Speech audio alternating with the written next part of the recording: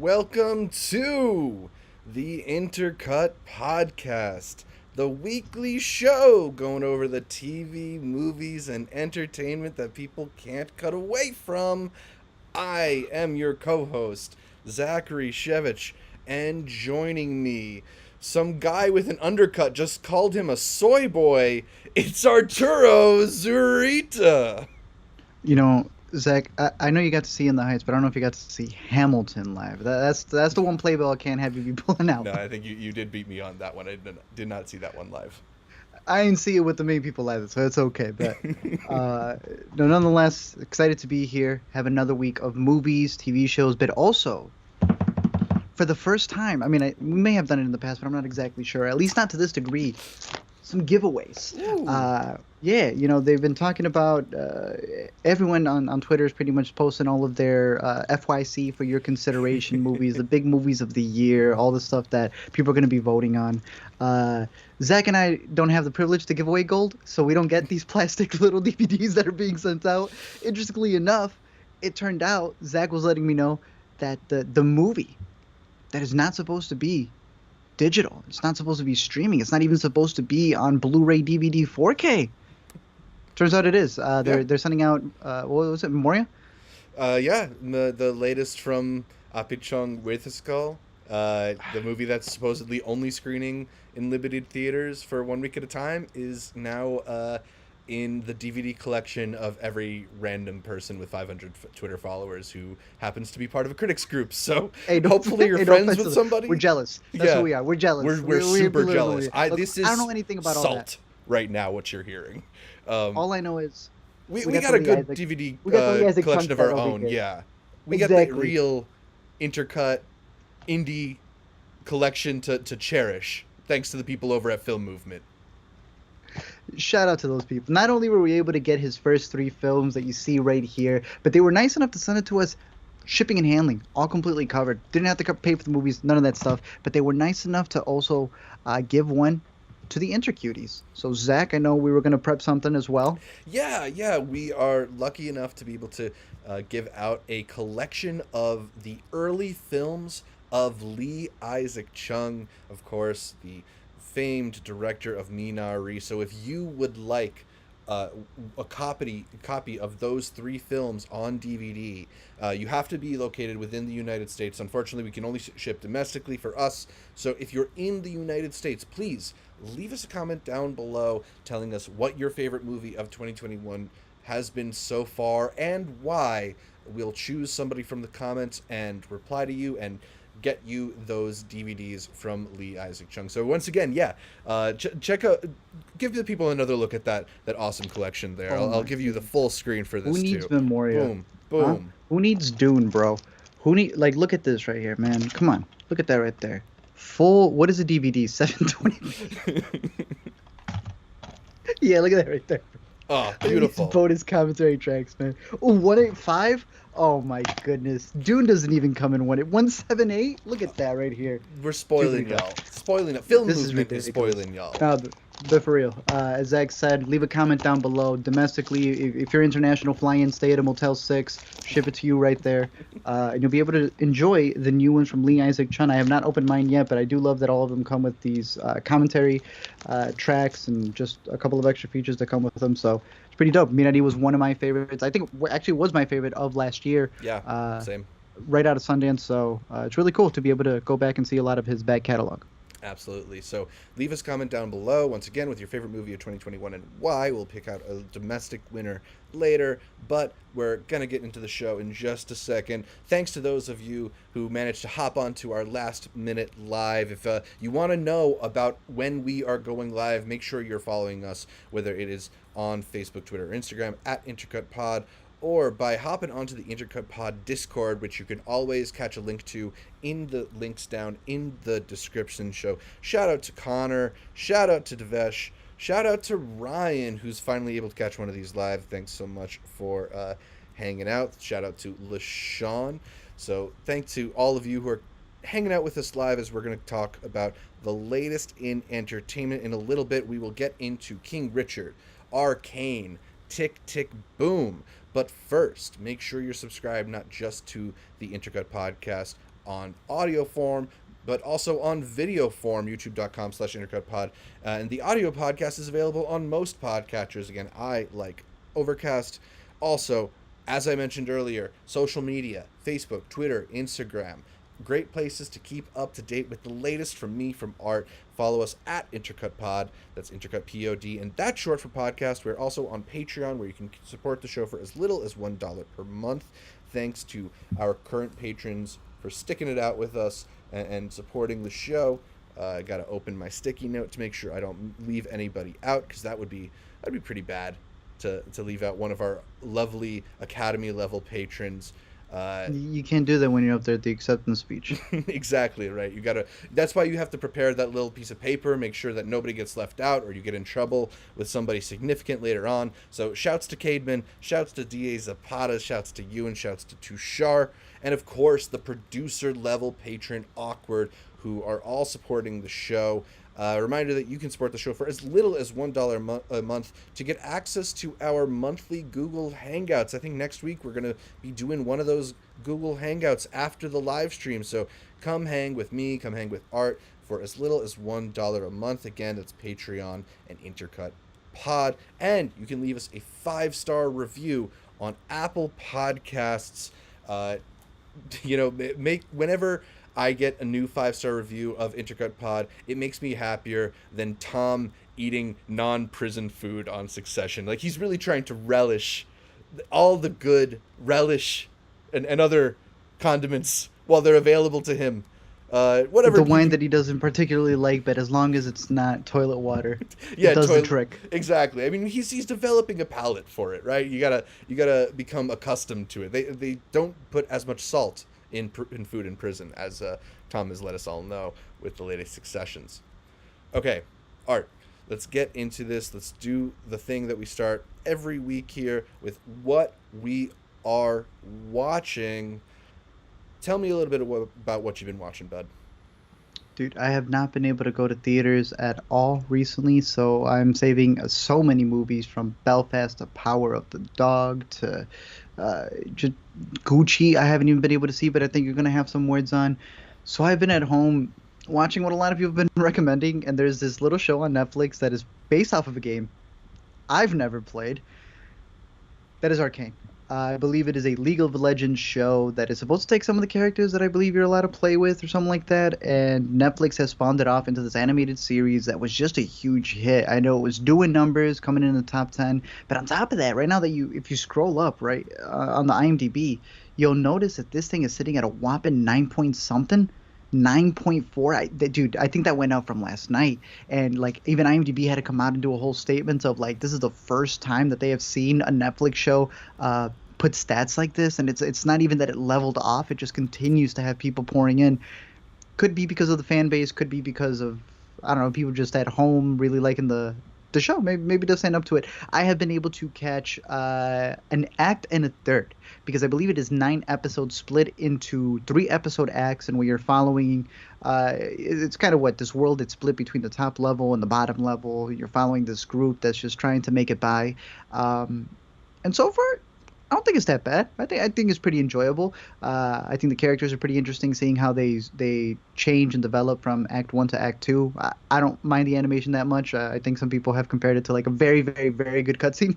But I do like the camera movements. I think it's done very well. I know people were going crazy for the music, and while I am not a big fan of the band that does the theme song, which is Imagine Dragons, I had no idea until I went to YouTube that there is actually a feature on that song, and it's none other than JID himself. So, interesting. Consider me a little bit more fan of the theme just because of that. He killed it with there.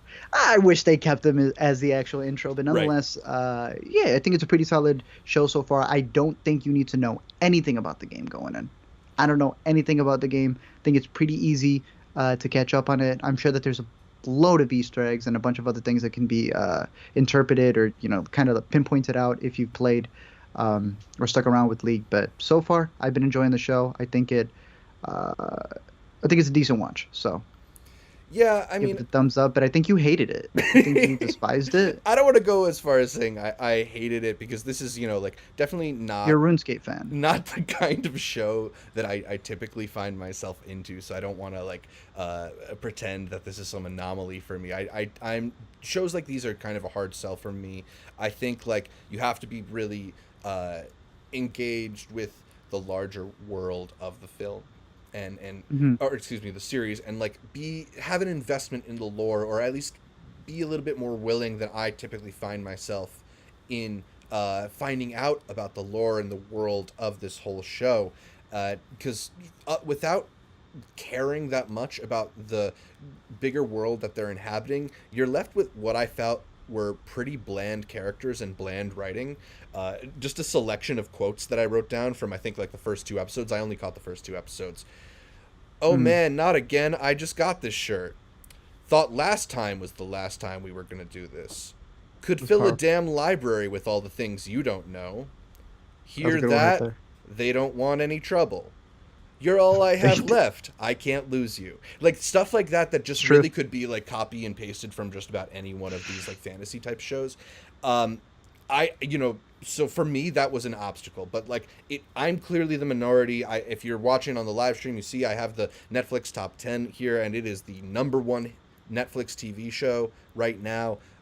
It's kind of becoming, like, more than just a hit. It's kind of a phenomenon, in that we're seeing all these new pushes towards, like, what's the next video game show that's going to be adapted? Like, can this energy carry over to, like, the Halo show? Or they just announced Amazon's going to do a Mass Effect show. So I think the Really? success of Arcane is definitely going to be a big, like, bellwether for the industry. It's going to certainly be, like, a trendsetter. And maybe I'll give it a bigger chance. Like I said, I only watched the first two episodes. Maybe I'll become more invested if I give it more time. But yeah, at least on its surface, it wasn't for me. You're missing some of the best lines, dude. Someone says no pressure. The guy responds, "That sounds like pressure." Pretty solid line you're missing. One of my favorite was when All you right. change the world, don't ask for permission. There's a reason why it's number one, but I don't think it's that bad. I'm not blown away by it yet. We'll see how it ends. I do like the twist that Act Two kind of takes. So yeah, we'll see how it is. Pretty much the shareholders, I'm pretty sure, are very excited at the fact that if one video game property can do well, I mean, like you see, it's sitting on top of Tiger King and everything, then it's probably going to be something that's going to influence a lot of the other streaming services. So Yeah, I mean, definitely think people at Netflix would probably be surprised to see Arcane ahead of Tiger King and the new Narcos Mexico so early. worth that. Yeah. What else you got? I don't know what else do I have, Zach. Forget what else I say.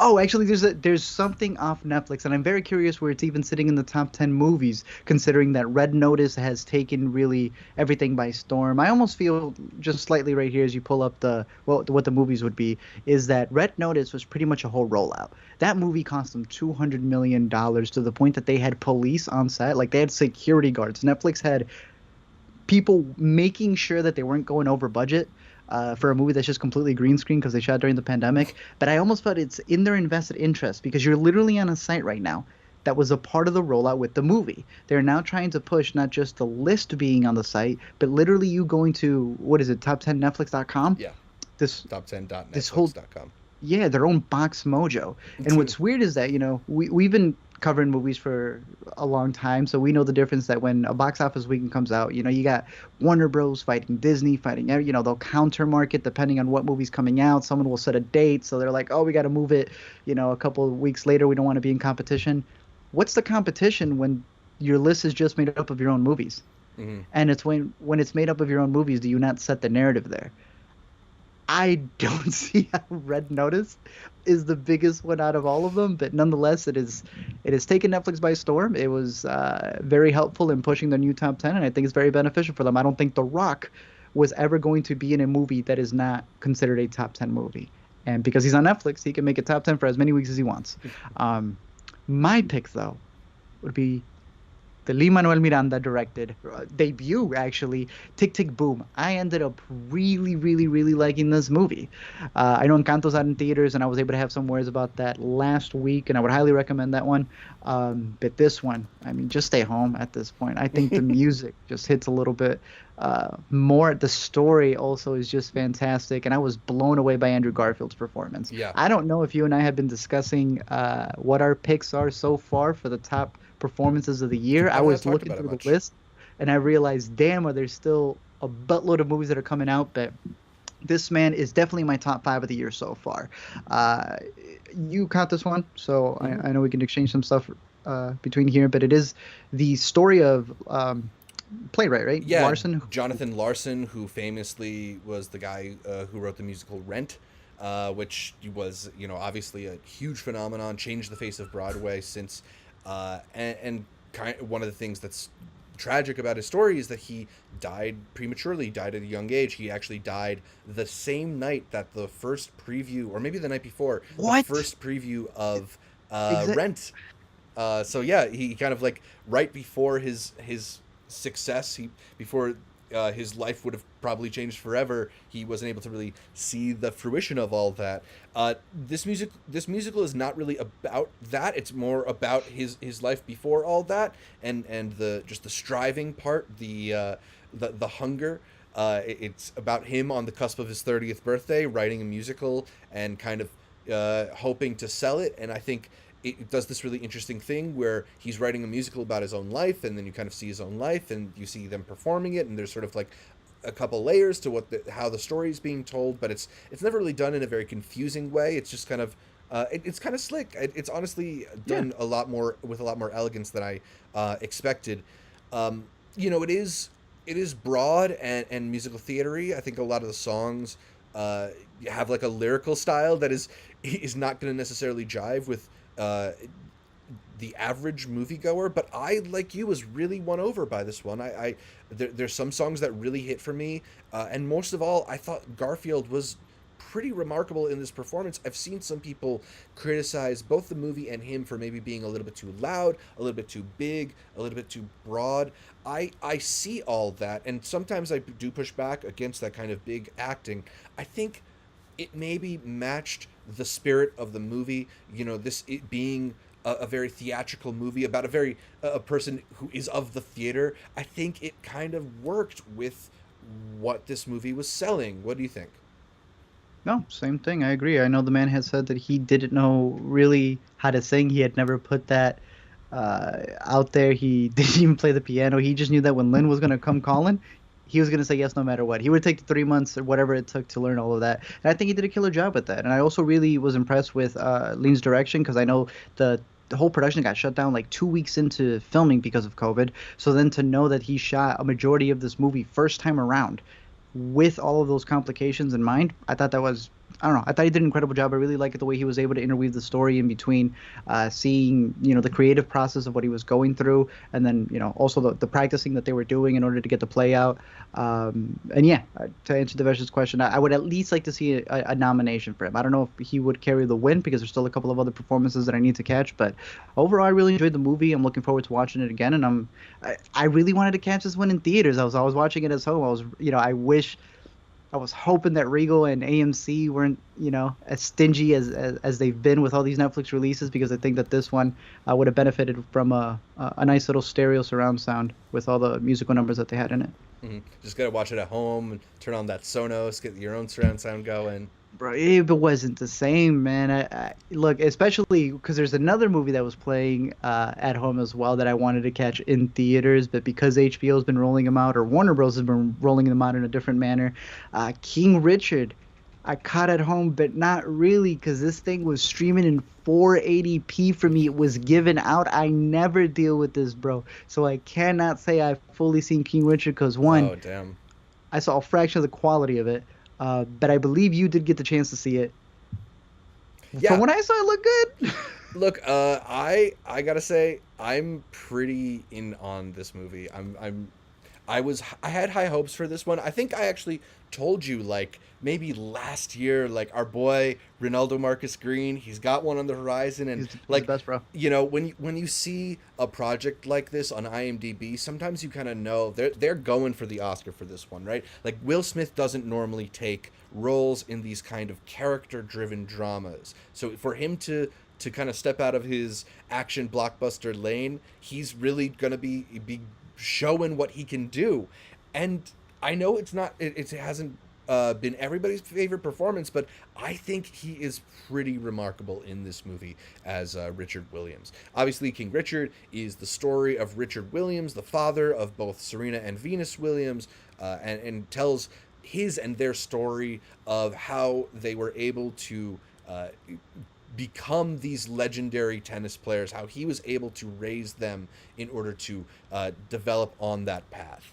I think Smith here is a guy who very often when you see him on screen, he's so much his persona. He's got a great screen persona, so I don't fault him for that. But here he completely transforms into another person. There is like the change in voice, but there's also like the change in posture. There's sort of like a like a weird life behind his eyes where he doesn't really look at who he's addressing all the time. He's looking around a lot, and it's the kind of like full-bodied performance that I wish we got more often from him, because I do think he's like a genuinely interesting actor when he wants to put his mind to it. It's funny to talk about this immediately after talking about Tick Tick Boom, because these are immediately two of my favorite male performances from this year, and I think I would maybe give the slight edge to Smith, but I don't know if that's also because I really responded to the movie, responded to this like underdog story. I love a good sports movie, and I think this has got like the right amounts of that sort of like underdog trying to succeed against the odds. It's got a killer training montage. It does the thing where it subverts the happy ending, but in a way that works. There's a lot that really worked for me in this movie. I beyond just Will Smith's performance, it's probably in contention for my favorites of the year. Wow. Yeah. How do you feel about the whole, response with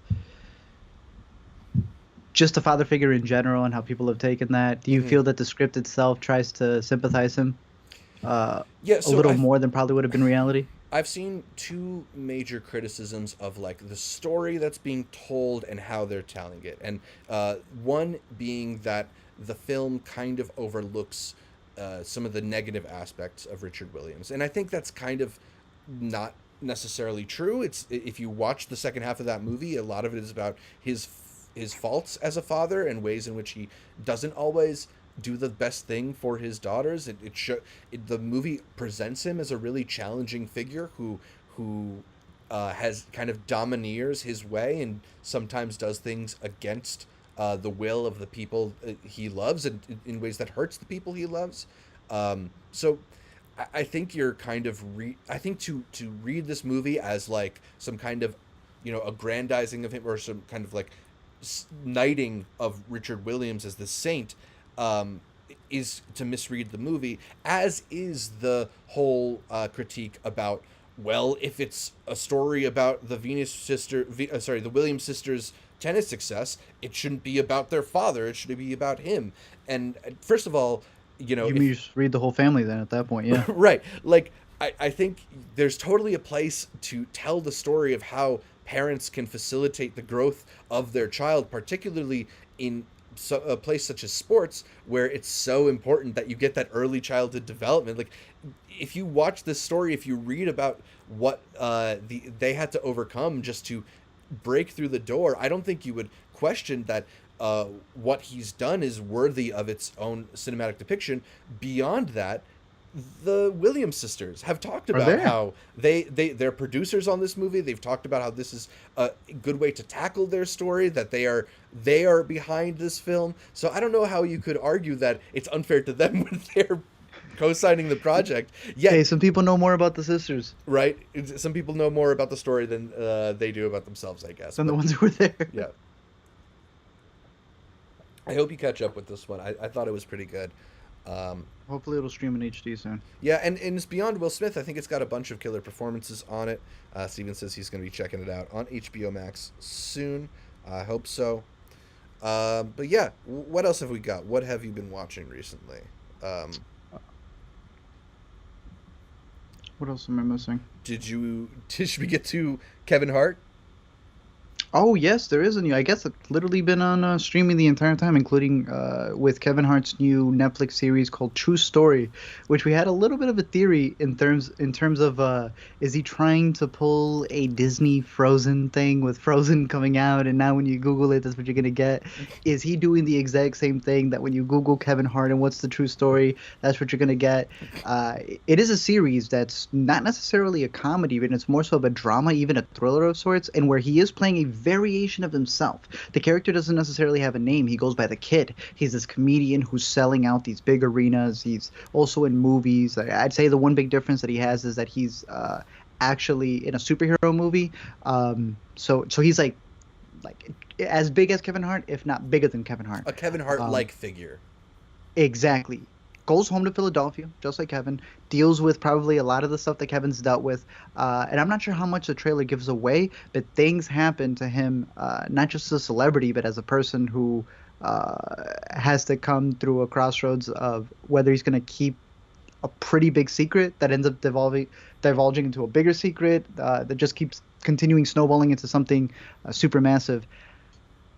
I think one of the best elements of the show, and you could even see it with the way that he's been promoting it, is that there's clearly the backdrop of the story, which is not true. I mean, if it is, I can imagine someone putting that into film.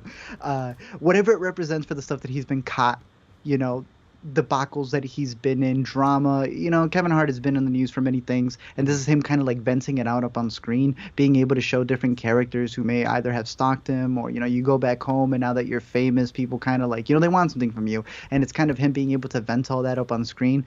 Other moments where you really don't care because you're like, you're Kevin Hart, you have it, you could take one picture with, you know, whoever it is that's been waiting for you. For sure. But I think the best aspects of it is just the thriller elements of it between him and Wesley Snipes, who plays his brother, where you just see like these twists and turns that I think make it very engaging. And again, I've only seen 3 episodes of it, but I would recommend it. I think it just came out today. We were able to get a little bit early, but so far it's been a really interesting watch and a very interesting performance by. It took me a while. I was looking at him, see if you could scroll through the IMDb. I don't even see him popping out there. Billy Zane plays a character in this, and it blew me away for a little bit. I was like, oh damn, that's Billy Zane. Maybe don't keep scrolling for it because I don't want it to be a spoiler on who or what he plays. Right. But that performance was pretty killer to say the least. But yeah, so far it's been a pretty decent little thriller series that Netflix produced, and I like that to their addition because there's so much stuff that they're putting up right now, not just in terms of movies, but just different series that span so many genres, from being, you know, an animated video game adaptation to, you know, an original show like this that's trying to take elements of Kevin Hart's life and kind of adapt it into this crazy scenario that a superstar finds themselves in. So I think this one would be an entertaining watch for people at home. Interesting. Kevin Hart's been doing a few different projects with Netflix recently. There was the Busy, dude. The fatherhood one last year. He's obviously put a bunch of his stand-up specials with him. Do you feel like this is maybe his best Netflix project, at least recently? Yeah, so far I think it's pretty good. I think he himself has said that this is the one. That's how he keeps referring to it. I think it's very personal for him. That's why I say I think there are many moments where, as crazy as the story gets, you can tell that he's trying to put a lot of little subtleties that he deals with within the show. So, yeah, no, I think this is. I'm looking forward to finishing the series. I just haven't been able to. But, I mean, out of all the ones that we had gotten early, this is the one I dived into first, and I found myself watching 3 episodes right away. So nice. There's another thing that Netflix has coming up soon. I think it's actually in theaters today, but won't be up on Netflix until December 10th. So it's on the horizon. It's The Unforgivable, the latest film from Sandra Bullock. Yet another Netflix collaboration.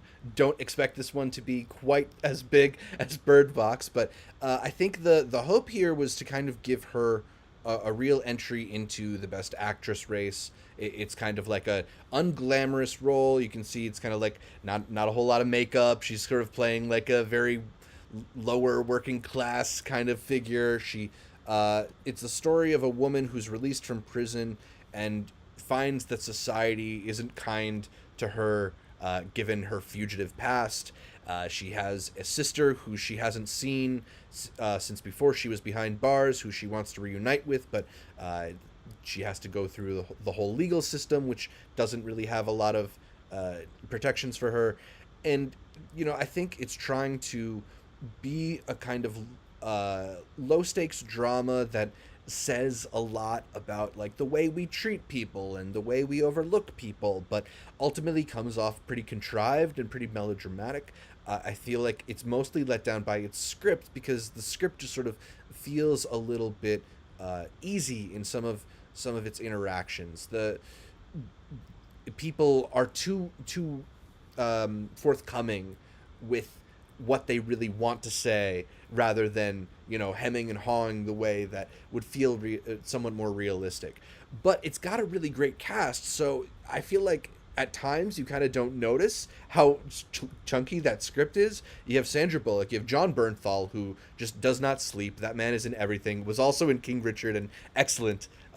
Earlier I didn't mention Vincent D'Onofrio, Viola Davis, and Rob Morgan doing excellent work too in a somewhat smaller role. So I think as a showcase for some of these actors, it's pretty good. It has a twist that I actually found pretty interesting, but it's just the execution is just so contrived. It feels like it doesn't feel like natural. It feels like they're trying to make a thing happen. And that ultimately gets in this movie's way, despite what are some pretty engaging performances. So I'm a little mixed on it.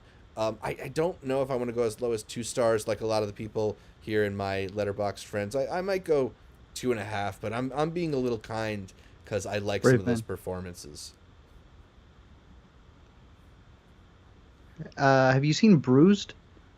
No, I haven't. That's another one that's popped up on Netflix. I think that's Halle Berry's directorial debut. That's what I'm debut. saying. These big movie stars, theatrical movie stars, pioneering right now, or just pushing some of the biggest movies on Netflix. Yeah. It's crazy to think. The Rock, Reynolds. Yeah, Netflix is trying to get streaming is alive and good well with all of them. We'll talk a little bit more about Netflix in a little bit, but let's actually get to a show that I know you caught at least one episode of. The Shrink Next Door, the latest Tim Cook joint. This one has Tim Cook. Will Ferrell and Paul Rudd in the starring roles. You also have a couple pretty solid comedic figures in Catherine Hahn and Casey Wilson in some supporting parts here. It's about a man who starts seeing a psychiatrist who slowly sort of crosses boundaries in order to play a bigger and bigger role in his client's life. It's based on the hit Wondery podcast of the same name, which, after watching a few episodes of Shrink Next Door, I went and binged all of the podcast because I was just kind of curious, like how close the show hews towards reality or the story that it's based on, and it definitely is pulling like a lot of direct stories from the podcast, more than I expected to. Art, what did you think of just the one episode that you were able to see? From the one episode, it teases a lot in terms of these two's relationship.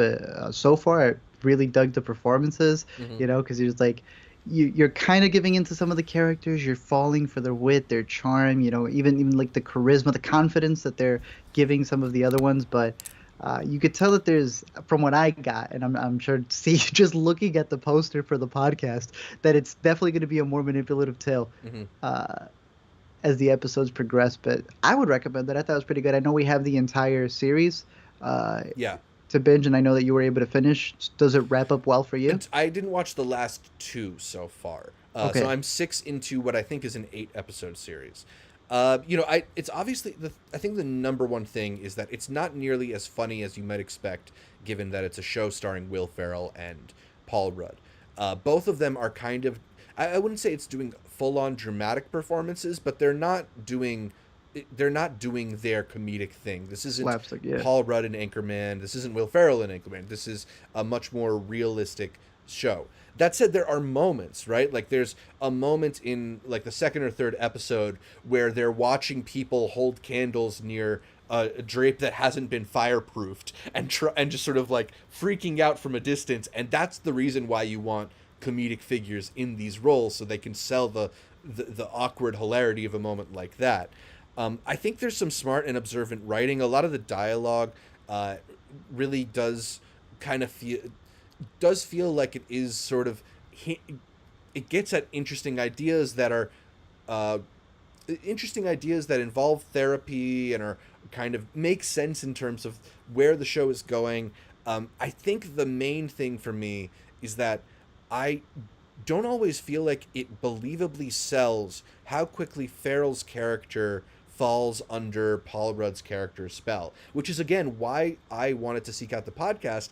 And interestingly, that was kind of my same note with the podcast. Like, I wish they spent more time kind of looking into or analyzing or sort of taking a stance on why this man would allow this to happen to him. I think that's ultimately what is most interesting about the show and or about the story, and not necessarily what the story chooses to focus on. So, I'm not going to say this blew me away, but I found it compelling and well acted and occasionally very funny. So I'm in on it. I'm gonna probably finish the last 2 episodes when we hang up this live stream. But I'm definitely curious to see if other people have been checking it out, if other people are interested in it, maybe if anybody else has caught the podcast and has any thoughts on that. Because it's part of this increasing trend that we're getting of these shows being adapted from these popular podcasts. We of course really liked Homecoming, but more and more it's happening from these real life shows, nonfiction shows. Mm-hmm. LaShawn says he's 3 episodes in, and Paul Rudd's performance, oh my.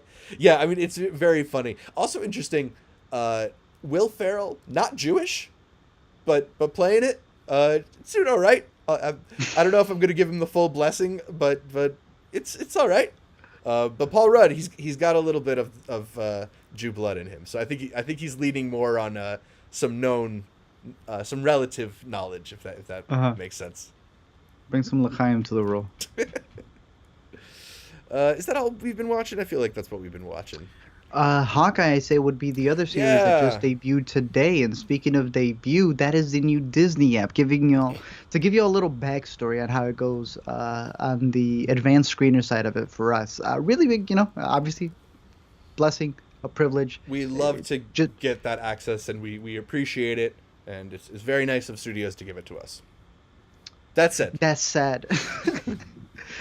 When you get these things, man, is it? And I was gonna make a whole video for this, but so you have Disney now has a new app called Debut, and with this app, you have to have a completely separate login when you're like doing it off the TV, and then you need an authenticator app, which means that you need to have it connected to your phone at all times, and you have like 10 seconds before you put in the code to be able to unlock the episodes. And then once you unlock the episodes, you have them right there for you to watch. But it turns out that if you're on your TV, you aren't actually able to unlock the episodes because you have to sign in.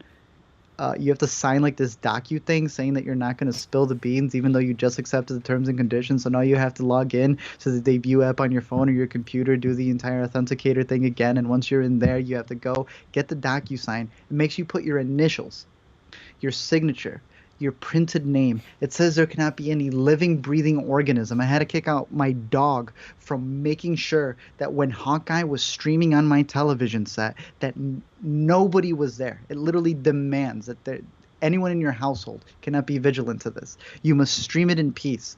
You have to sign all that, submit it in, they send it to you. That little piece of paper also expires. And then you boot it up, and it is, Zach, you have seen shows with your initials on it. Just plays right there. Mm-hmm. You have seen stuff with your email. Zach, when I tell you, you ever seen the title cards on a Marvel movie where it goes like Sokovia? the AZ Reviews Gmail was so much bigger than that. It's how the director intended it, clearly. Yeah, exactly. Nonetheless, I might just be sticking to the Disney. Yeah, you're going to show exactly how big it was. It is unbelievable. Again, we appreciate it. for sure. Yeah. But if there's one thing that I know that most critics complain about is just how insane they go with like trying to make sure that people don't leak the stuff. There you go.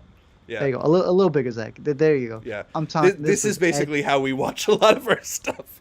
Bro, I'm not even kidding when I tell you it was bigger than that. It was screen to screen. Look, nonetheless, this is actually one of the shows I've been really excited for. And I know that when it comes to a lot of the series, I haven't really been the biggest fans of them. But then at the same time, when it comes to the movies, I'm hoping that they're more series. This finally hit the mark. Hawkeye, the counterpart to Black Widow, right. someone who should have gotten her own series, especially with the way that they were going to be passing on the mantle.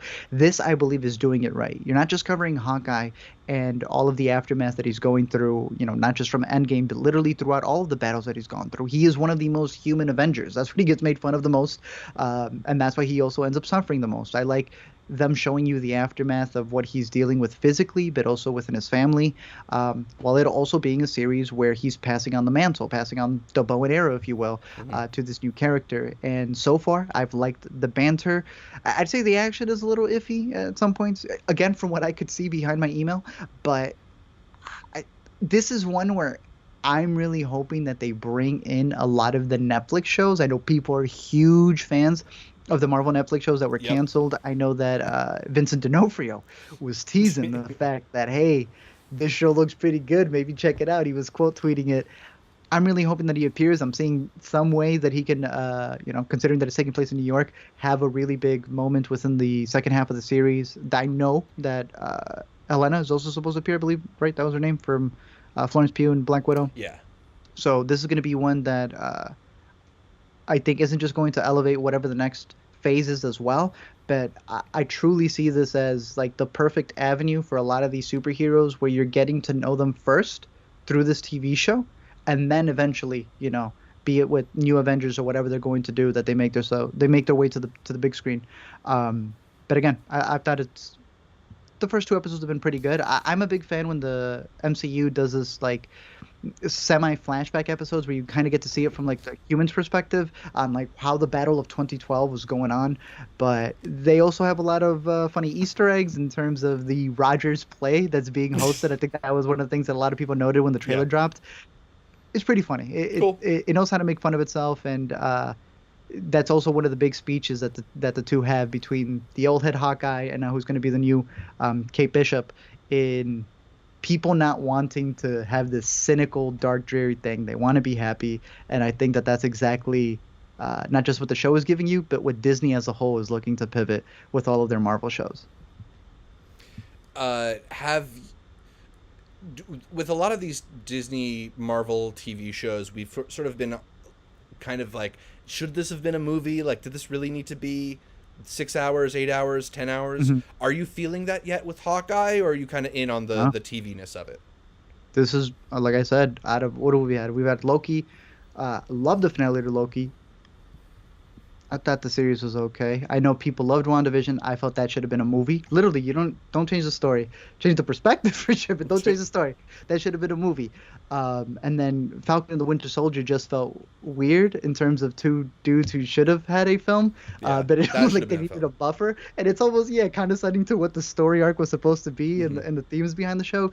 This is perfect. I've always made fun of Hawkeye, and this is in particular adapting a really good comics run from Hawkeye back in the day by Matt Fraction, and I would highly recommend it. This is something that definitely benefits from being a TV series in order to be able to flesh out both characters and the back and forth that they're going through. And I'm looking forward to seeing how it develops, because again, might not be catching the early episodes. I mean, I know I will, but I actually do want to see it in its full glory on Disney, actually stream to its full potential when I can, if my internet provider allows me to. But so far, I'm liking it, and I highly recommend it. This was actually one of the ones when all the trailers dropped that I was the most hyped for, and so far, it's delivered. Awesome. Yeah, I'm curious to check that one out. I didn't get a chance to yet, but it seems fun, and I'm in on Haley Steinfeld. Haley Steinfeld's good. Yeah, she's pretty good in it. Dope. All right, let's just catch a couple comments here before we move on. Kiara, I don't know, said that she's been watching Inside Job on Netflix. It's pretty good. I don't know if you've caught up with that one, but it is written by a bunch of people that I follow on Twitter. So I should probably watch Okay. this one if I follow them on Twitter and I find them funny. I feel like Daniel Mm. Kibblesmith is maybe the creator of this, and he's funny on Twitter. So shouts to Okay. Inside Job. Maybe I'll catch up with that one. Conan wants to know if we are watching Hellbound, the new Korean Netflix show from the guy who made Want to. Train to Busan. I think this one actually is their number one non-English TV show right now. We're going to International, get yeah. back to that Netflix top 10 site in just a bit. But so Mhm. yeah, I haven't gotten around to this one either. This is kind of a really busy time getting towards the end of the year, doing all the award stuff, making sure you have seen everything you can for the 2021 lists. But a Yeah. lot of people really seem to like this one, so maybe we'll have to catch up with it soon. I'm looking forward to this one too. Sierra also asked if we have been watching Sex Lives of College Girls on HBO Max. Said it's pretty good so far. I haven't caught this Okay. one yet, but it hit my radar. I think Mindy Kaling is behind this one, and she's Yep. been pumping out the TV shows. But yeah, Between I don't know much Netflix, about this HBO. one. We'll have to Yeah, add it no, I to have the to check this list. one out. I was noticing last night when King Richard wasn't loading for me, and I was like, "Is there something that can load a little bit faster?" I saw that the first episode was 50 minutes, and then it seems like they're cutting the remaining ones to 30. So I guess big jumbo pilot, but yeah, looking forward to catching up on that one as well. Cool. Did you catch the Euphoria teaser? I have not caught the Euphoria Yeah. teaser, but I saw that the date is January 6th. 9th? 6th, 9th? I'm not Ninth? sure. I guess so. Early I guess I flipped January. the number right there. Early January for sure. Yeah. I didn't watch the trailer because I'm already in on Euphoria. I know I'm going to watch it. I didn't need a teaser to tell me I was going to watch it. Did either of us catch Dope Sick yet? This is Hulu's latest premium limited series. It's got a pretty amazing cast, actually. Michael Keaton heads it up. Michael Stolbarg is in it. Caitlin Dever, I think, plays a big role on Dope Sick. I only caught the first episode, which I thought was interesting. It didn't necessarily grab me, but it, it's I've heard good things. It's got pretty good reviews. I've heard it might be in play for some of the big Emmy Awards next year, so I'll probably catch up with it. I don't know if you caught any of that so far. Yeah, they sent us the screeners to it. I thought it was pretty good. I guess another aside in terms of how Hulu sends their screeners, they don't send theirs in the best quality. But nonetheless, it stacked cast, really interesting story. But when we got them, I know we were like embargoed from talking about it, which I think is always really dumb. Yeah. But I'm also fatigued from these at the moment, which is why I'm giving it a little bit of time, because we also went through so many festivals where we had the Oxy Kingpins movie. We've seen the real life version of this so much. So the moment that we got this show on the radar, I felt like a lot of people were aware of it, and there's no way that you can ignore the star power with it. But they were kind of like, I don't feel like jumping into the pharmaceutical side of the opioid crisis at the moment. But that's not Yeah. to take away from the show at all. So I don't want to say looking forward to it, but I am definitely going to be sitting down and catching the entire thing, because the performances in particular between Deaver and, why am I blanking on the homie from We're the Millers, dude? He appears also as well. Will Poulter, as- yeah. Yeah, dude. No, so he boy. looked really good in the show. So, I'm going to be catching this one in its entirety soon, but Dope. it looks solid. Dope. What else did we have here? Karsten mentioned that his favorite movie of 2021 so far is Red Rocket. I'm excited when we got to get into Red Rocket soon. That movie's going to be out in, I think, like 2-3 weeks or something like that. We'll talk about it in 2-3 weeks then. Yeah. Thanks for stopping by, Karsten. Jay also asked us, as of right now, if you had to take a shot in the dark, which film wins Best Picture at the 2022 Oscars? Art, I know we've been doing some of our early awards screening stuff, trying to Rocky catch up Ford with director's everything. We haven't watched all the contenders yet. Not all the contenders have made themselves available to us, but anything jumping out to you so far? See, I feel like I'm still missing Belfast for big reasons. I know that that's one that people are carrying through, considering the TIFF love that it got. I don't know. What do you got? Belfast kind of does seem like the front runner right now. I also wouldn't be that surprised if it ended up being Power of the Dog. I feel like that film is still waiting for another push, although it feels a little bit like people aren't talking about that one as much.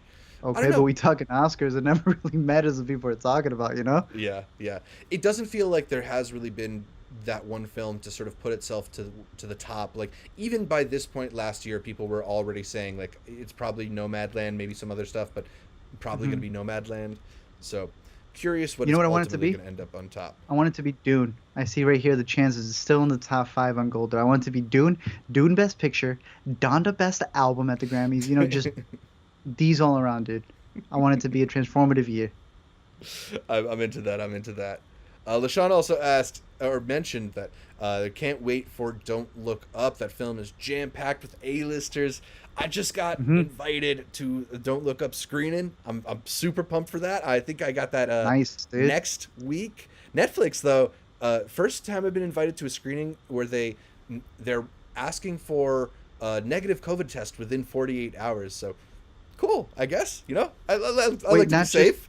I like to feel not like I'm even not going to the. get COVID at a movie. Yeah, not just vaccine. You need that negative test too. I've heard from some people that they actually send you a test, an at-home test to take. Which, like, if they want to spend that money for me to see the movie, I'm not going to complain. But Okay, yeah, I don't know. all right. Look, And we're you'll all also we're be all having figuring it licorice out. pizza. Yeah, I think you got your licorice pizza. Yeah, I got my licorice pizza tickets for Tuesday, so I'm gonna see that soon, and hopefully we'll talk about that in 2 weeks here on Intercut. I'm seeing West Side Story on Monday, dude. I'm really excited for that.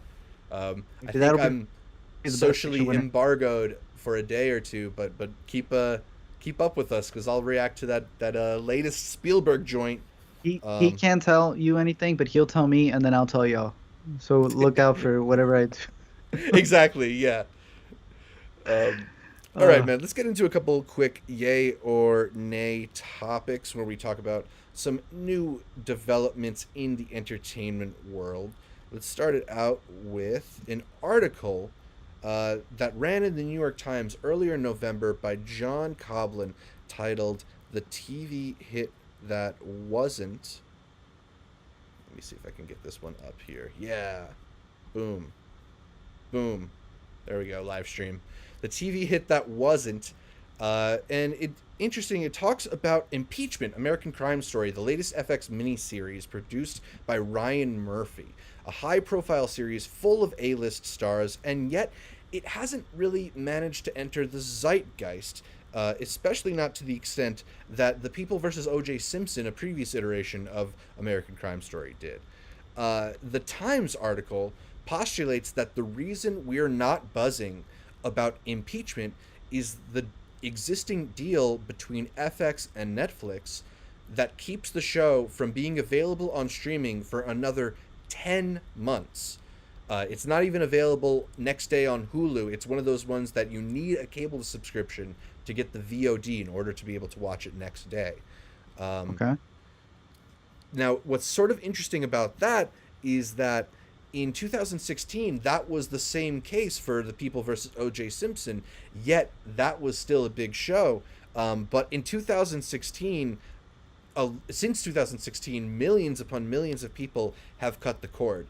So, Art, I'm curious, yay or nay, do you think it's impossible to have a hit TV show in the year 2021 if it's not available on streaming? Yellowstone. It's a kind of on Peacock or On Paramount Peacock after the Plus. fact. Yeah. How was Peacock able to score it up?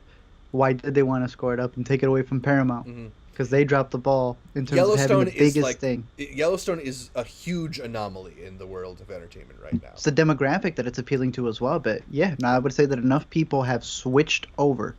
I would say that every parent around me has had an Apple TV box installed in their home. They are no longer watching cable. So the bigger question, or I guess the bigger takeaway here is stop downplaying Netflix. If Netflix isn't that important and you're able to make a movie theatrically a hit, or if you're able to make it through cable, then why is it so dependent on Netflix? I think at this point they have to realize where the audiences are at and stop making it a factor of, I don't know, that something plays better on in a certain location or whatnot, but that you're going to get the most traffic when you're actually on Netflix. That something doesn't become a hit until it's on Netflix. And I think that Netflix knows its power, And I think that I would say even if it were on Hulu, uh, the most streamed one is the one that everyone has at home is going to be Netflix. Like until it's all dropped at the same moment, that's when Hmm. it ends up going viral. Even if it's premiering on a daily basis somewhere else, it's not until it hits that network or that streaming channel that more people end up making memes out of it. More people end up commentating on it. So I think, yeah, that's just a matter of who holds all the cards. Yeah, it is. There is a thing to changing viewing patterns, right? I think people, especially in the past 5 years, have become really conditioned to the idea that if they miss it on linear cable, that it's going to be available for them the next day somewhere, right? Or that they're moving away from appointment viewing and moving more towards streaming. And maybe yes, there are exceptions like Yellowstone, but I think for the most part, you see this with lots of shows.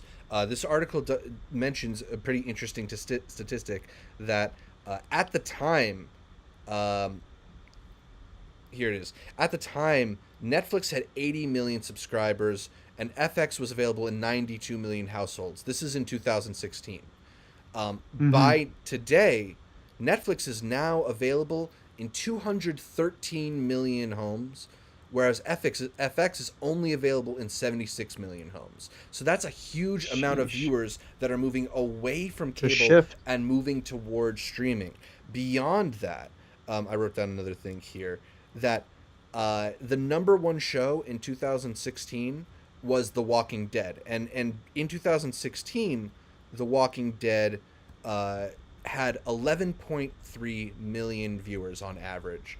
The number one show now in 2021 is still The Walking Dead, only it averages 1.3 million viewers. So that's just like a general trend of like people are not watching TV the way they used to. I Um, know. so I kind of think, yeah, it while that deal that FX struck with Netflix made a lot of sense in 2016 when we were seeing, shows like Breaking Bad get this huge boost in popularity from being on Netflix. Now people are just waiting for that streaming option more and more and more. So I don't know if it benefits a place like FX to have their show not be available to stream for 10 months. It's not a smart move. I think it's them still thinking that they were going to have the upper hand when that thing is completely shifted. I mean, just look at Succession. I'm sure you've been starting it at what, 8 o'clock or whenever it comes on for you. Hmm. But it used to be that if you missed the 8 o'clock, you're starting it late. You're going to have to wait for the replay at 9, at 10, whatever it is, or you're going to have to wait till 12 whenever it's decided to fully go up. We're at that point where you can come in 15 minutes late. You can come in an hour late. You will be able to start the show right at your own time, and it's just up to you to make sure that you don't get it ruined for you on Twitter.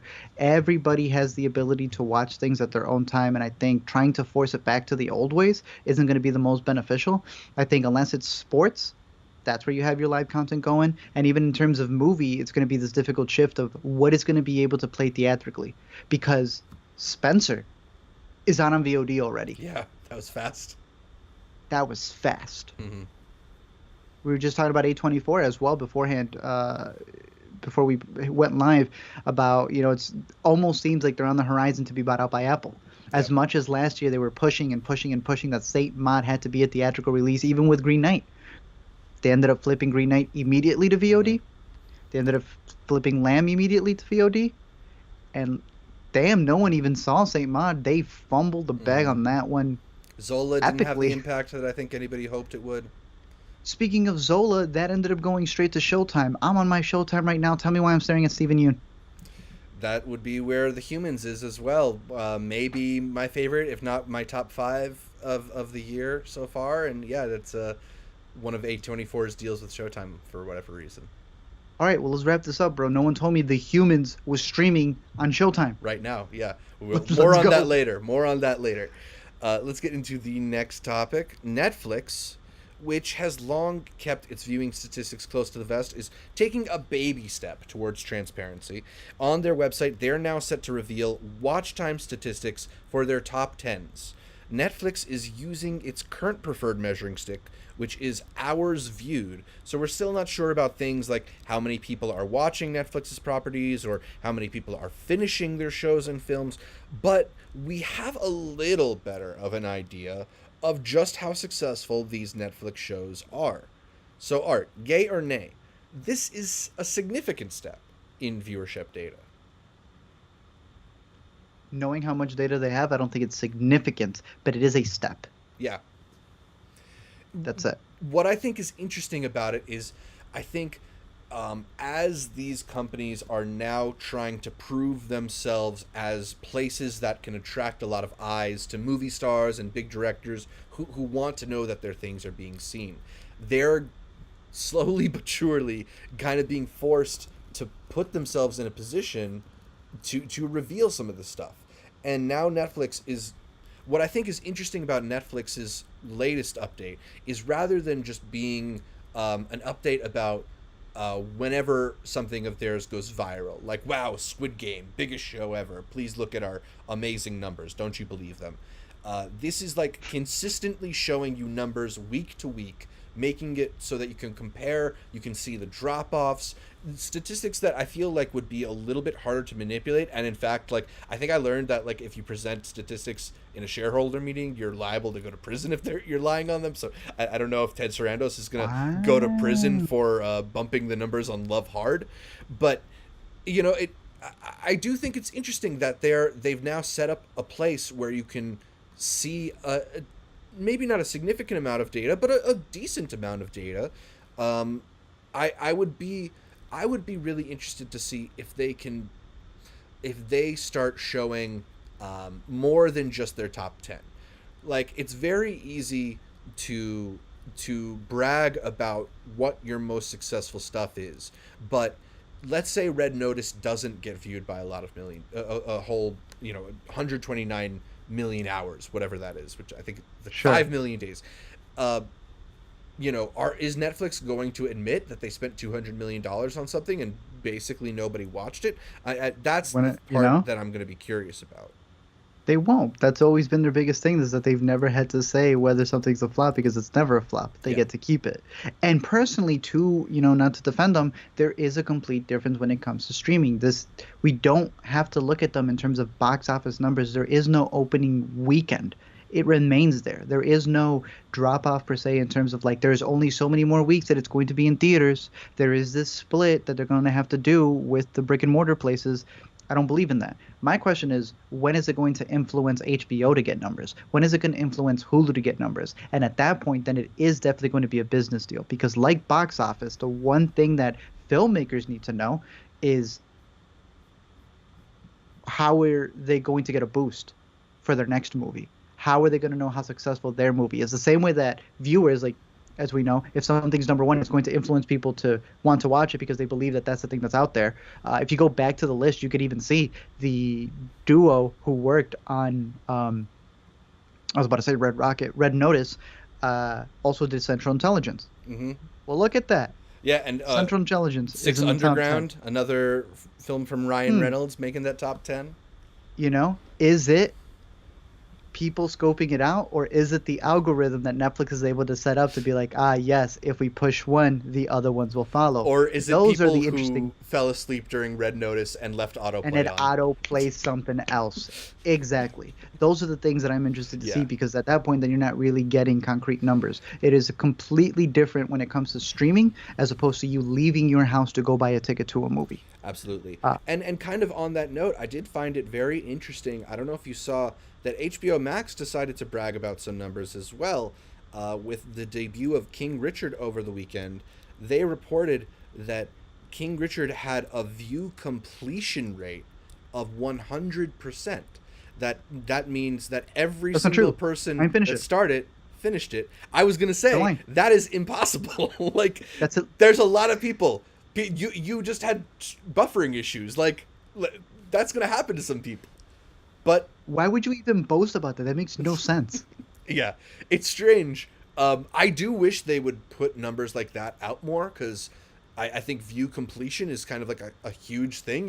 It makes a big difference if, like, lots of people are watching the first two episodes of Squid Game versus lots of people watching every episode of Squid Game. But for sure. But yeah, I mean, it is interesting that these different statistics are being used, are being developed to kind of, I don't know, pitch the success of different things. There was sort of a lot of stories about how King Richard underperformed at the box office this weekend. I think it's the lowest opening of Will Smith's career. So to counter that narrative by saying, oh, but it did really, really well on HBO Max also makes sense for Warner Brothers. It may be the lowest, but those who went to the theater, Zach, they stayed for 100% of the movie. It had a 100% viewer completion rate in theaters. 100% of the popcorn was popped Wow. and eaten. I am curious to see if, because it is hours and it is watch time, that affects your content. It happened to YouTube. The moment that watch time became a big factor, Right. it changed the way that people made stuff. So what's going to happen to movies? Are they going to become these 2 hours slogs that they don't need to be 2.5 hours? Mhm. Are shows going to stop being 10 episodes and they're going to be longer, just so they could fluff up those stats? Right. Does this That's a factor. give does this give a bias towards TV shows? Because, ultimately, if you're watching even like a 6-episode, half an hour show might be longer than some movies. So Yeah, so a tiny movie just won't be able to beat the other ones because it's not long enough. yeah. What about the short films, Zach? Yeah, Robin needs some love. It's very adorable and might not make the hours watched metric. It won't. Did you watch Robin? I should have put that into what we're watching. It's very cute. I have not. Is it cute? Should I catch It's it? very sweet. It's got these like kind of little All right. arts and craftsy kind of animals. It's very sweet. I don't know. I'll watch it right before dessert tomorrow. I don't know if you had read at all about the story behind Bohemian Rhapsody, and the screenwriter suing, I think it's GK Productions over Tell it. me. So basically, Anthony McCartan, the guy who co-wrote the Oscar-winning screenplay to Bohemian Rhapsody, filed a lawsuit against Graham King and his production company GK Films because he had in his deal for a incentive for 5% of the back-end profits of the film. And despite the fact that the film has grossed nearly $1 billion worldwide, Fox is reporting it as a $51 million loss on their ledgers. Now, I think it's kind of like put under the microscope some of the, Damn, as Slash Film puts bro. it here, fuzzy math of Hollywood accounting. It's kind of been a tried and true strategy of a lot of these studios to, rather than actually pay people for profits on the back end, to move some things around and make it seem like a film didn't make the money that it did make. It's hard to really talk about these without actually like looking at these budgets and these line reports, but like there's all different strategies for putting different expenses that the studio has underneath the umbrella of a production to try and manipulate these numbers, because like we all know Bohemian Rhapsody made a lot of money despite the fact that they went through reshoots. It was a troubled production, and I'm sure that ballooned the budget beyond what they expected it to. It said it was made on a budget of $55 million here, and come on, like Oscar campaign wasn't that much. Exactly.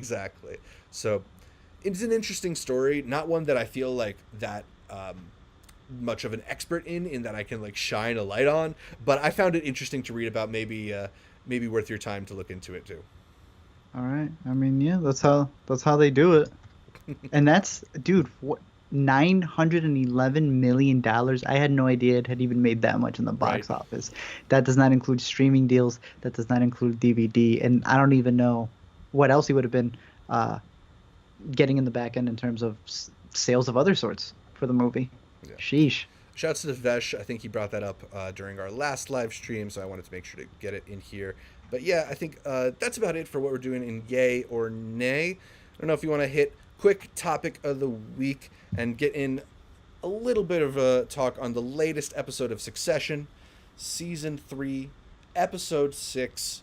We are picking the next presidents of the United States. I think this was a return to what I like best about Succession, is when there's something happening in the world and all the characters are kind of drawn in that direction, right? Like this isn't the internal politics of Waystar Royco. This isn't leveraging shareholders to try and win the shareholder vote and giving away board seats, which, don't get me wrong, I find very compelling. But I love this show when it puts people out, it puts these characters out into the world, forces them to try and interact, try and use their leverage, try and get their say. And here, with different Republican ops, auditioning essentially for the role of endorsee, I thought it was a really interesting scenario to find the Roy family in, particularly Logan, as this sort of kingmaker. Everybody trying to do their best to get his approval. What stood out to you about episode 6? Tom is officially the number one character of the season. I never would have foreseen that. If you would have told me in season 1, season 2, even before season 3 began, I would not expected Tom to have been such an engaging character right off the bat. I don't want to get too many spoilers, but just his interactions between him and Greg and the favors that he's doing for Greg. The fact that he's just in and out, even when it comes to that big moment. Everyone's always waiting to be called upon by Papa Logan, right? And now when he gets it's just like, it's a default for him. There's bigger things on his mind. He has been spending his maybe entire adult life trying to get into circles like Logan Roy's inner circle, and now he has Logan Roy's ear as for who he thinks should be the next president, and he kind of passes it over because he's got big deals to worry about. He's considering his potential future in prison and whether or not he should flip and become an informant for the DOJ and flip to Kendall's side. I thought that scene with him and Kendall at the diner was one of the best scenes we've had in a while in succession, with both these guys kind of playing their cards a little bit close to the vest, alluding at what they want from each other, but not really willing to go all the way there. I love when Kendall calls Tom out on the idea that even his relationship with Shiv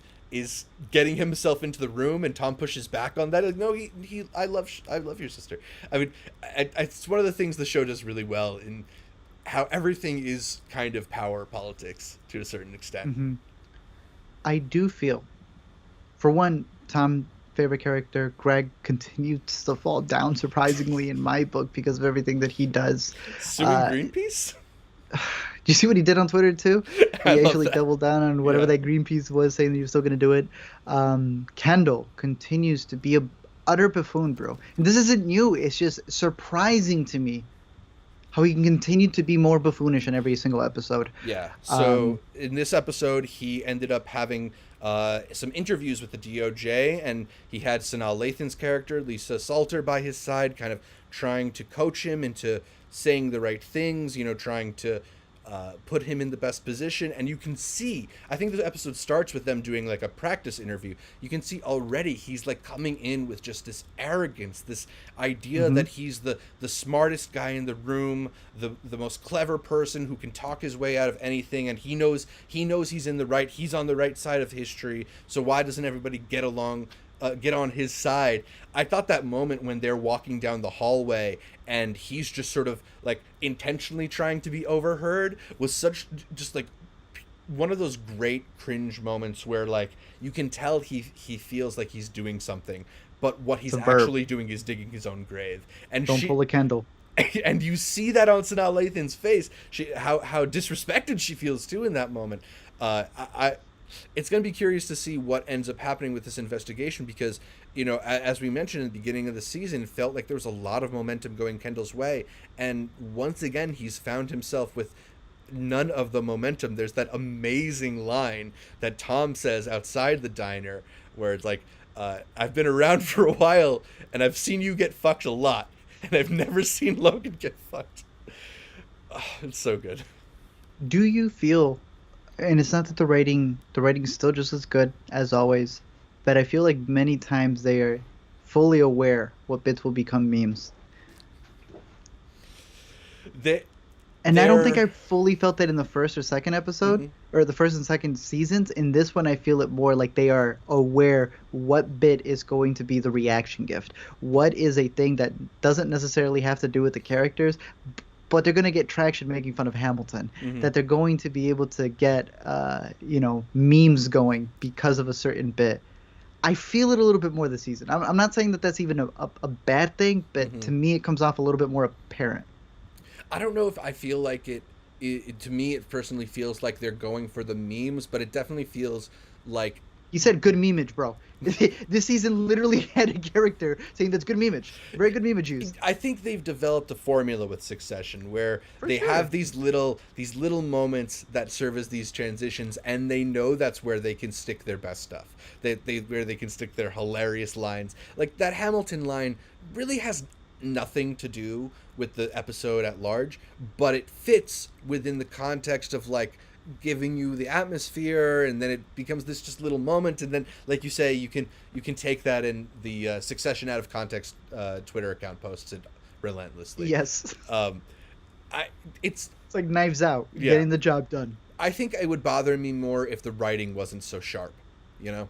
Right, exactly. And that's the only reason why I don't see it as a full negative. I just feel like they're more aware of it than they have in the previous seasons. But nonetheless, a solid episode. Yeah. Very cringy episode, too. In the best way possible, just in the terms of the way that they were arguing with each other and the new characters that they showed. Oh, my goodness. It felt like taking a shower, especially after that. Who is he supposed to be? The sort of like neo-fascist dude who... kind of ascends towards the end of the episode. Yeah, I don't know if there's like a direct parallel for him in the real world, but I can think of a couple, bro. He's definitely like an amalgam of a couple different like really scummy politicians and just like speakers, characters who just try to get that sort of angry reaction out of people. And I liked that this was an episode in which Succession directly confronted the idea that the Roy family, whether or not they directly participate in it, facilitates evil, right? Like they help influence people who do things that don't serve the greater the larger populace, right? That they serve the elites. And I think this is an episode where a lot of that came to a head, particularly in the conflicts between Shiv and Roman, in how they are both sort of fighting to get their dad's ear, like show themselves as the better advisee.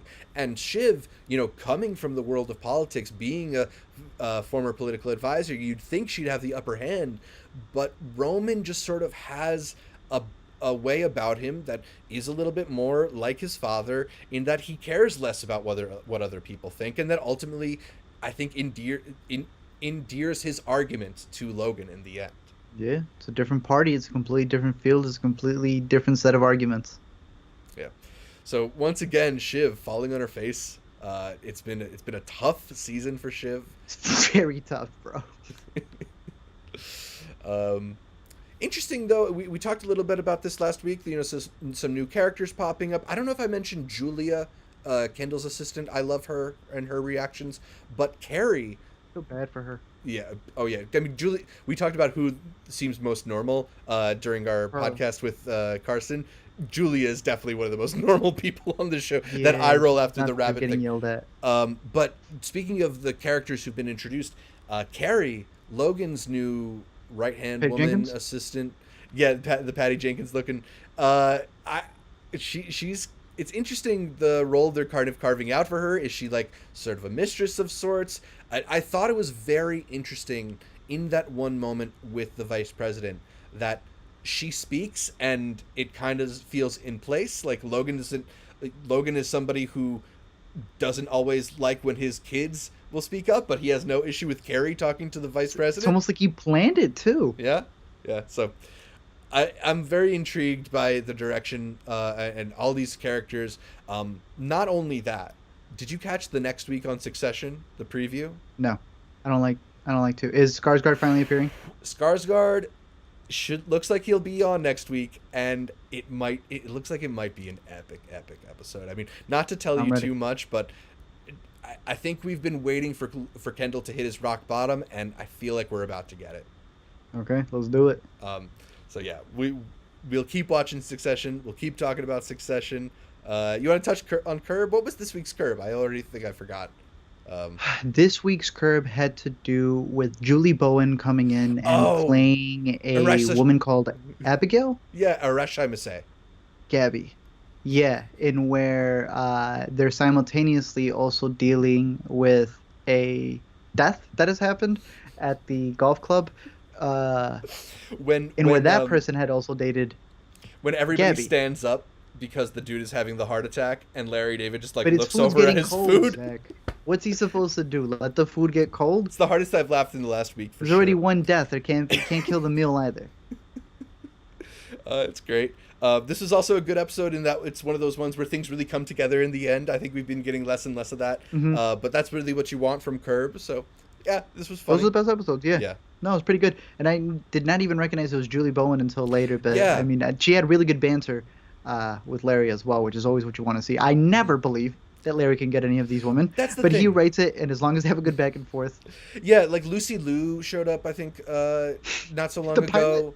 Yeah, and like he just brings this like stable of the most beautiful actresses in Hollywood. But I think you kind of buy it because he's Larry David, Sure, you know. for sure. It was him. It was him running into the glass window that did it for Lucy. Yeah, that's what it was. So yeah, another solid Curb. Still, Always. still a great one. I think we'll wrap it up here with the new to see, and give you our picks for the week. There's my little graphic. Boom. Love that. Love the eyes. Love the binoculars. Art, let me know. What is your pick for the week? If you're heading into theaters, I would recommend, Thanksgiving. You got your entire family. If you want to go see a nice little picture, well, bring the kiddos to go see Encanto. I thought it was a pretty solid movie. It's not too long. It's got very catchy jingles, very beautiful message. I think you will very much enjoy that if you're out in theaters. If you want to stick to a showing at home, Tick Tick Boom's probably not for the entire family because it is a little bit depressing, but I think it is a solid drama. I I feel agree. like King Richard, if you're streaming and able to actually get it in proper quality, would probably be the family film that everyone will want to watch considering its subject matter. But yeah, those would be my picks for the week. I think we have plenty of good stuff to watch at home and also in theaters, and also vice versa, because Tick Tick Boom, King Richard also do have theatrical showings, so it's not like you have multiple options on where you would like to see these. So those would be my picks for the week. For sure. My picks for the week. We talked very briefly about it earlier, but The Humans is available, I believe, to stream on Showtime or to watch in theaters. So check your local listings, or check your TV guide and see if you can catch what is one of the best films of the year. A very haunting film about family and emotional distance that has just like this really, really intriguing and puzzling ending that I loved. A lot of great performances here. Shouts to Richard Jenkins, who's great. Shout out Jane Houdyshell, who blew me away. This is maybe my favorite actress in a leading role performance of the year, and it's probably going to get Damn. overlooked by the Okay. Oscars. But give it a little love because it's a great, great film over on Showtime and in theaters. What else is there? What else is there? We mentioned Writing with Fire on last week's show, but I think it's actually out this weekend in New York and LA, maybe some other theaters. A documentary that we liked out of Sundance, with about women journalists in India. It's really strong, and also a movie that we've talked about a few times on this show is Drive My Car is going to be available in theaters Finally getting this its weekend. release. The Japanese choice for best foreign language film from this year that they're submitting to the Oscars. A beautiful meditative film about life and grief and just art. I really can't wait to get a chance to sit down with this one again because I thought it was really beautiful. Art, I know you like this one too. Fantastic. Would highly recommend it. Uh, Another one that I think is worth shouting out is one that I want to say we caught back at Tribeca or maybe South by Southwest, a short film. It used to be called Navo Zande. Now it's just The titled Musician. The Musician. It's available You took out the now. Navosande part? Yeah, I think they took out the Navo Zande part, made it a little bit more more Killing boilerplate, its I chances, guess. bro. Yeah, yeah. Beautiful animation style on this one. That was the thing that really stuck out to me. But it's also a really intriguing story, kind of folktale-ish in its delivery. I thought it was beautiful. I think this is one that they are hoping to campaign for a Best Animated Short Oscar. So if you want to get your Oscar contenders in early, head over to Paramount Plus. This one is available there. I thought it was pretty Oh, beautifully done. yeah, one of my favorites out of whatever festival we had caught it earlier this year. Very good one. Yeah.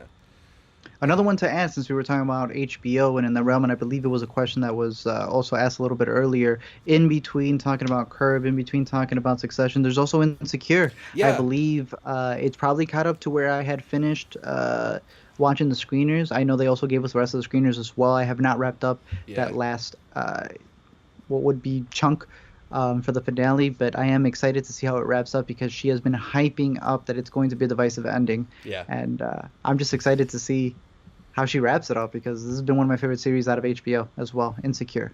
Yeah, I've been. I think I'm a season behind now on Insecure, so I haven't been catching the new season. But I'll I'm pretty good. hopefully have a chance to catch up on all that before HBO's that firing on finale. all cylinders, Oh man. yeah, That's HBO crazy. is Dude, killing it. Succession, Mm, Curb, mm, Insecure. You mm. were talking about the Mindy Kaling show, and then Mm. they were playing Dune and King Richard's. Come on, bro. Dune back in 14.99 is a steal. IMAXs. Dune back in IMAX as I will be catching my Dune screening in the proper format. I will be traveling to go see that. I am excited as can be. Shouts LaShawn who says Insecure is amazing. What else was there? Oh, yo, let's talk more HBO because I know you're excited. We are getting the return of How To with John Wilson this weekend. Bro, I ain't gonna say anything until I see it, man. I'm not gonna say a damn thing. Is that gonna be on Sunday too? I think that's How Sunday loaded can a also. Sunday be? Yeah, How? it's just too much stuff. It's HBO all starts at 2 p.m. What's going on here, jam-packed. bro? There's football going on too. That's too much. You need to relax. I also wanted to shout out. I want to say this was Connor who dropped this in the Discord. Maybe I'm wrong. Sorry if I got this one wrong. But we've been talking about wanting to see Mad God. This Hmm. one's been doing the festival circuit, and it's currently playing the Hawaiian International Film Festival. And I believe you have 3-4 more days until November 28th to potentially check that one out. This Hmm. is one of the festival ones that I've heard a lot of great stuff about that I have yet to get a chance to see. So I will probably be adding this to my agenda. Nice. Yeah, I've been wanting to catch this one. Uh, so yeah, lots of good stuff on the horizon. Lots of good stuff to watch. Still be And watching so much stuff Succession. coming out in December as well. Uh, Yeah. Catching some more Mayor of Kingstown. They sent me some more screeners for that. I'll give it another shot. Good Yeah. luck. I'm gonna start filling out all of my signatures for the next episode of Hawkeye, and hopefully I'll be ready to watch it. Make But sure to initial again, 3 times. exactly. I'm just gonna have a thumper. It's easier when I used to just be able to send the vial of the blood. Yeah. But again, a reminder for the Yeah. Intercuties who are in the United States, leave us a comment down below on what your favorite movie of the year is, why you like it. We're gonna be picking a random winner down below. So if you're subscribed, you have a chance over here to get something that we can give back to y'all. Shout out to Film Movement for sending these to us. The early films of Lee Isaac Chung, with of course me. I'm going to be doing a double feature over here on Showtime, considering that Mina is also there. So I'm excited to check out that and The Humans this weekend. Yeah, awesome to get that trilogy. And just a reminder to those of you who are in the live stream, make sure to leave a comment, not just a chat in the live stream, because those go away quickly, and it's hard to catch them all. But yeah, leave us a comment in the YouTube video about your favorite movie of 2021 and why, and we will enter you for a chance to win that early films of Lee Isaac Chung trilogy. Reminder though that we are only shipping in the United States for this one, unfortunately. But yeah, even if you're not the one who wins, make sure to head over to Film Movement and check out this set to get your hands on the early films of Lee Isaac Chung. Guy who made Minari, one of the great films of last year. I'm excited to check out these other films because I haven't had the chance to. All right, so I think that just about wraps us up for this week's show. You can catch more from me by following me over on Twitter at ZShevich. That's ZSHEVICH. Art, where can people catch more from you? You can find me over at LME Explain on Twitter, on YouTube, Letterboxd, and every week here on the Intercut Podcast. You can listen to every episode of the Intercut Podcast on iTunes, SoundCloud, Spotify, whatever your favorite podcatcher is. I like Overcast. And then make sure you subscribe not just to the audio podcast, but to the video feed as well on our YouTube channel, youtube.com/intercutpod, where you can watch our bright, smiling faces as we break down the latest in entertainment. Find new episodes of Intercut. Might be Mondays. We might do some Wednesdays. We're shifting around a little bit with these live streams, and I got my West Side Story screening on Monday next week, so we might need to find a different time for the live stream, but we'll figure that out. Make sure that you are following us on social media, though, whether that's Facebook, Instagram, or Twitter. We are at IntricatPod, and we will make sure to update you through there or through the Discord, which you can catch a link to in the description down below, and support us on patreon.com/intercutpod for as little as $1 a month. Leave us an iTunes review, 5 stars. That really helps the show, helps put us on other people's radar, and to boost the popularity of the show. So all that stuff does a lot for us. We really appreciate it. Make sure you're following us on social media to get updates throughout from the week, from me, from Art, from all the guests we feature on Intercut. The best way to get our instant reactions to some of these films that hopefully we're checking out, but the best way to get our full reactions is to stay here on Intercut. That's all for this week's show. Thanks again, and until next time, I don't do requests. I'm not a DJ.